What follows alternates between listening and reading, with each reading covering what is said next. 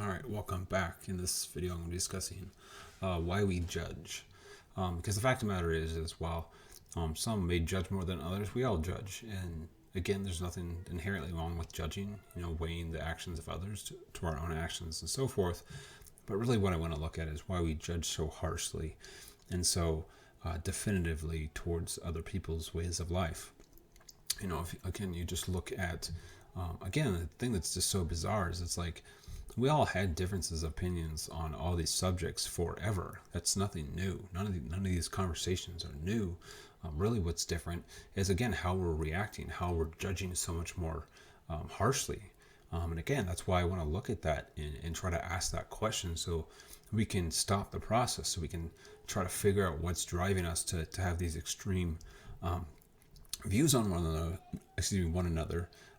Like I said, to stop that, because if it just is let to go by its own volition, it's just going to get worse. Because and that's one of the things that I want to look at with the concept of judging, is that that's actually why we judge so harshly. It's because we're being judged harshly, and so in many ways it is that concept of an eye for an eye, or the fact that people don't prioritize our pain, our perspectives, and so we don't prioritize theirs.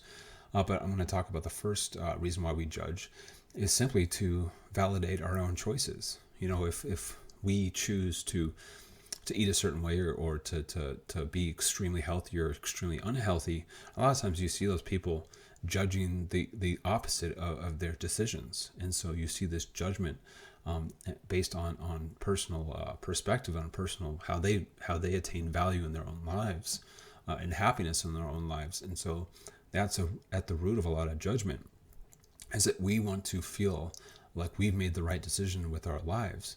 And in order to do so, the opposition of choice is wrong. And that is just the most basic form of judgment, is that if you vote for one politician by voting for another, you're wrong. You're a bad person. And the reason you're saying that is because, well, we all want to be good people. And that's one of the things that I think is just kind of ironic about that, is that it's just like, what are we all trying to achieve? We're all trying to achieve to be right. We're all trying to achieve to be the light, so to speak, the good side.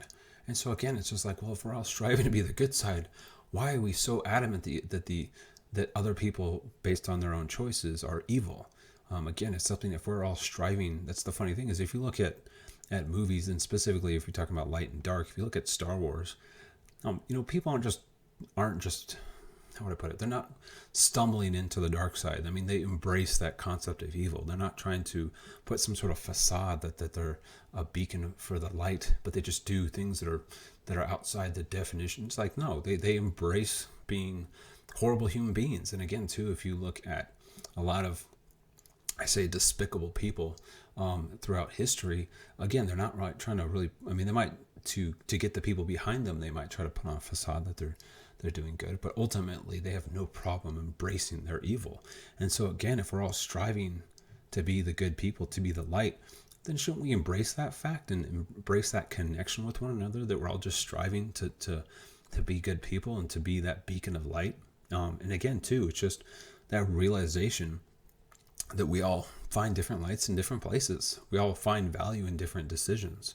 And so again, I think that's just how we need to look at these forms of judgment, and realize that just because someone wants to be healthy and be active and be athletic and be in good shape, it doesn't mean that by not doing that somehow you're a bad person, or you're not making the right choices. And so that's, I think, what we really need to do, because ultimately, and I think that's why, again, we judge so harshly, we judge so much, is that we're all being judged.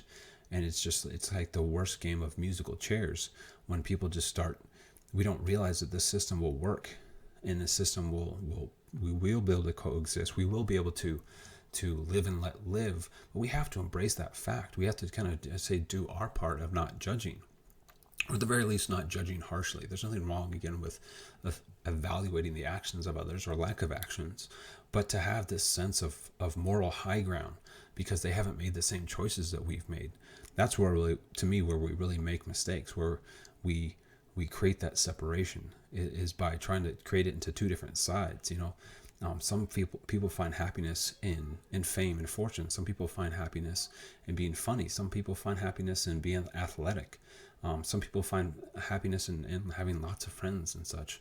And so again, it's just, you look at it, my situation. I have 4 children. There are people in this world that have no desire to have children at all. It's not a matter. In my world, I'm fulfilling my happiness by having children, and in their world, they're fulfilling their happiness by not having children.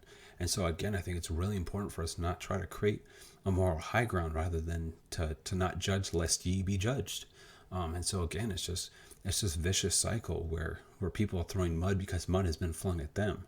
And again, when I was talking about the cancel culture, if we all live by this mentality of an eye for an eye, the world will be blind.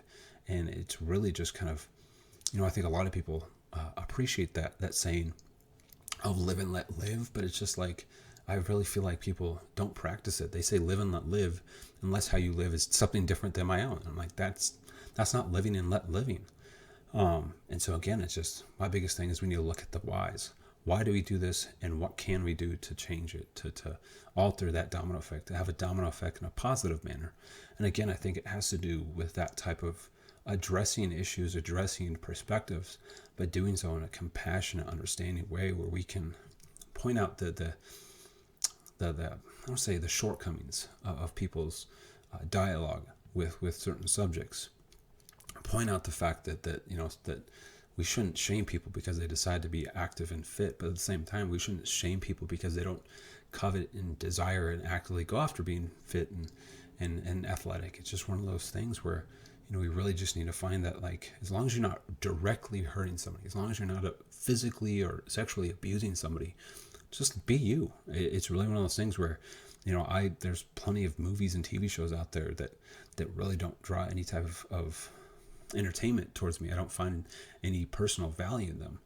But I do find that there's an aspect, I guess, I find value in, and it's that it brings value to other people. So, what works for you won't necessarily work for me, and vice versa.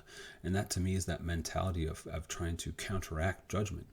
It is truly trying to have that attitude of, how's it go? He who has not sinned, throw the first stone. And yet you see this torrential rainpour of stones, and I'm like, what is going on? You all think that you have the moral high ground. And again, though, I think that's how we need to combat it, is rather than throw stones at people that have maybe throw stones in our own direction, just point out the errors of that, of, hey, this is who I am. If you don't find value in it, okay, I'm not asking you to pilot my cause in life, but that you shouldn't try to knock me down just because I find value in something that you don't. And I'll do my best not to knock you down from something that you find value in, even if I don't.